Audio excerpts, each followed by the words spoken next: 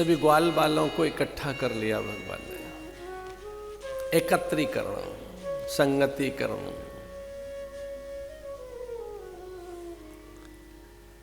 एक व्यष्टि उपासना, एक समष्टि उपासना है। एक उपासना है कि आप एकांत में ध्यान समाधि का अभ्यास करते हैं।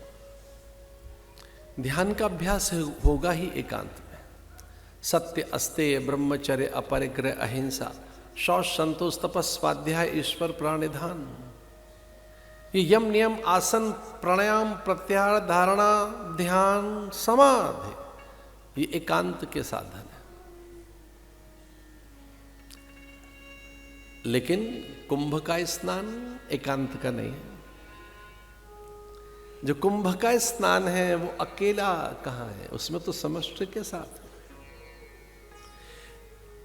यज्ञ में आप अकेले कहाँ हैं, समष्टि के साथ है। प्रार्थनाओं में अकेले कहाँ हैं, समष्टि के साथ है। और एक अद्भुत साधन हो रहा है हमारे द्वारा। अभी भी हम जो कथा सुन रहे हैं, अकेले कहाँ, समष्टि के साथ है, सबके साथ है।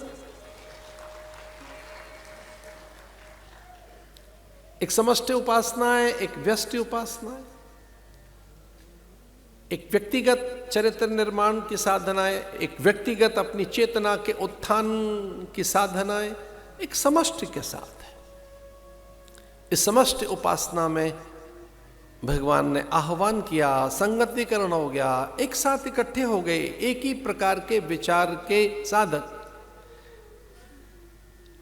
और एक शब्द है संगठन। यहां कुछ अलग अलग संगठनों के बड़े मान्य पुरुष बैठे हैं।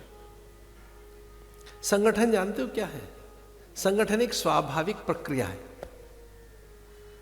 संगठन तो सहज है, स्वाभाविक है। अच्छे विचारों के लिए एक साथ चल पड़ना संगठन हो जाता है। संगति, संगच्छध्वम, संवदध्वम, संवो मनांस जानता। किसी एक स्वर में आप स्वर मिलाने लगे, एक विचार के साथ, एक आदर्श, एक मंत्र, एक ध्येय वाक्य, एक किसी शुभ कृत्य, शुभ कर्म, पुण्य कर्म में, किसी एक घोष में आप स्वर मिला दें, अपना मन जोड़ दें, अपना तन जोड़ दें, जहां आपके हाथ जुड़ गए। इसी का नाम तो योग है, जुड़ जाना। अब जानते हो योग किसे कहते हैं? जुड़ जाना। योग जुड़ जाने का नाम है। जैसे भक्ति योग, ज्ञान योग, कर्म योग, क्रिया योग, लय योग, जप योग। जप में जुड़ जाना जप योग, क्रिया में जुड़ जाना क्रिया योग, भक्ति में जुड़ जाना भक्ति योग, ज्ञान में जुड़ जाना ज्ञान योग। योग माने जुड़ना। समत्वम योग उच्यते। हम समता के साथ रहें, सबके साथ चलें, योग हो गया। एक अद्भुत है, उसका नाम है प्रेम योग। प्रेम योग।